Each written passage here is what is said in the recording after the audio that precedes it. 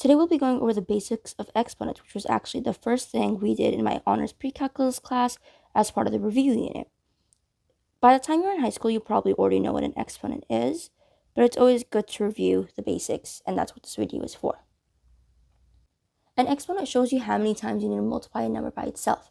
There are two parts to an exponent: the base term and the power.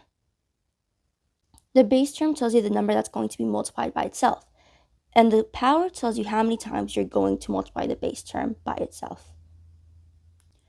I'll be going over the concepts first, and then at the end of the video, I'll be doing examples. For the concepts, I'll be using different variables. One of the first rules you learn is the negative exponent rule. It tells you what to do when you have a negative number as your exponent. So say you have x to the power of negative y. What you would do is you would put it in fraction form. You would put 1 as a numerator. 1 is always going to be on the top. And then you would put the base term in the denominator, in this case x.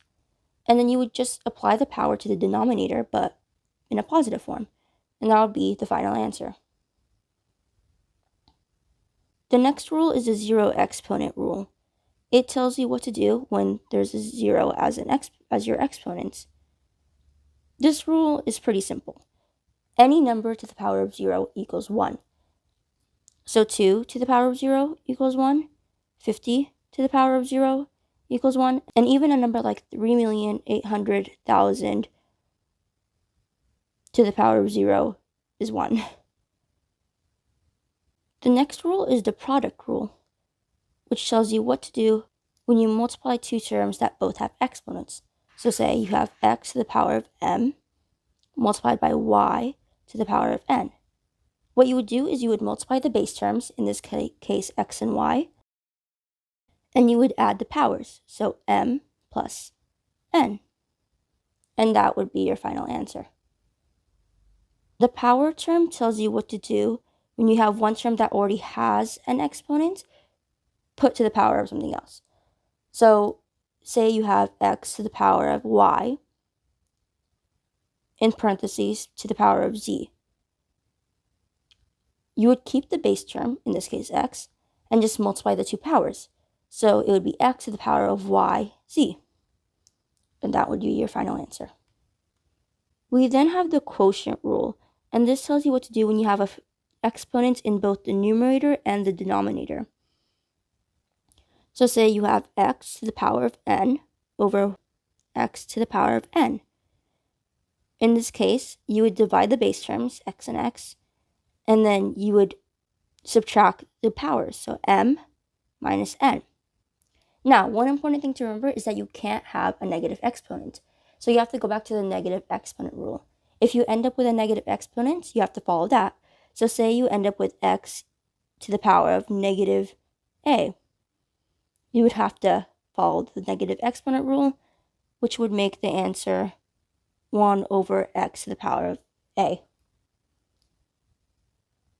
When you have a product raised to a power, like this, you apply the power to each product, so x to the power of z and y to the power of z. When you have a fraction raised to a power, you apply the power to both numerator and denominator, so x to the power of z over y to the power of z. Now I'll be giving you some examples, and you could pause the video to attempt the problems on your own. Here are some very simple examples of exponents. Go ahead and pause here to practice on your own. So 2 to the third would just be 2 times 2 times 2. 2 times 2 is 4, times 2 is 8. 8 squared is 8 times 8. So 8 times 8 is just 64. 1 to the fourth is 1 times 1 times 1 times 1. And 1 times itself is always just 1.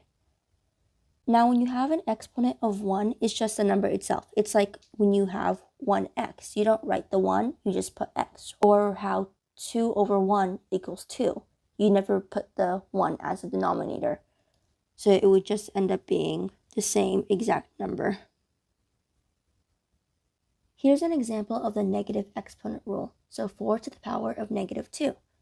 So again, we have to put this in a fraction. So 1 as the numerator over the base, which is 4, and then the same power but positive, so 4 squared, or to the power of 2.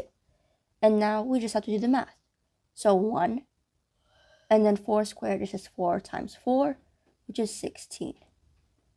For this example here, we would use the product rule. So we would multiply the bases, so 2 times 3, which is 6, and then add the powers, so 3 plus 2, which is 5. And when you have exponents like these, where the power is very high, you could write it out. So 6 times 6 times 6 times 6 times 6. And then you could just do it part by part. So 6 times 6 is 36. 6 times 6 is 36 again. You multiply those, and then 6 on its own is just 6. At this point, you could definitely do the multiplication on a scratch piece of paper, and you could also use your calculator. I'm going to be using my calculator. We end up with a final answer of 7,776. Now we're going to be using the power rule.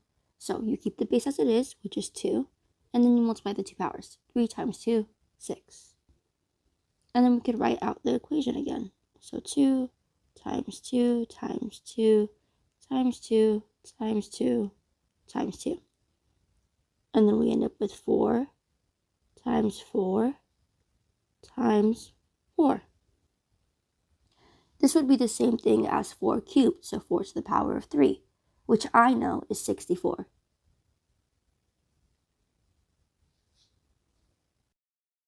So now we're going to be using the quotient rule to solve this problem. So we're going to simplify all the bases. So 12 divided by 3, 4, x over x, just x, y over y, y. And then we're going to subtract the powers. So x to the 4th and then x squared. So 4 minus 2 is just 2. And then y cubed minus y to the 7th. So 3 minus 7, that's going to be negative 4. And this isn't the final answer. Like I said before, we would need to use the negative exponent rule. So the final answer would be 4x squared over y to the 4th. So for the first one, we're going to apply the power to both of the products. So it's going to be 2 to the power of 3 times x to the power of 3. 2 to the power 2 cubed is just 8, and then x cubed is just x cubed, so that's your final answer. Now for the second one, we're going to apply the power to both the numerator and the denominator. So 4 to the power of 2 and 3 to the power of 2. That's going to be 16 over 9. And there's nothing we could simplify with that, so that's the final answer. I'm going to be linking some Khan Academy practices if you need any more practice with this lesson, but that's all for me today. Thank you for watching the video.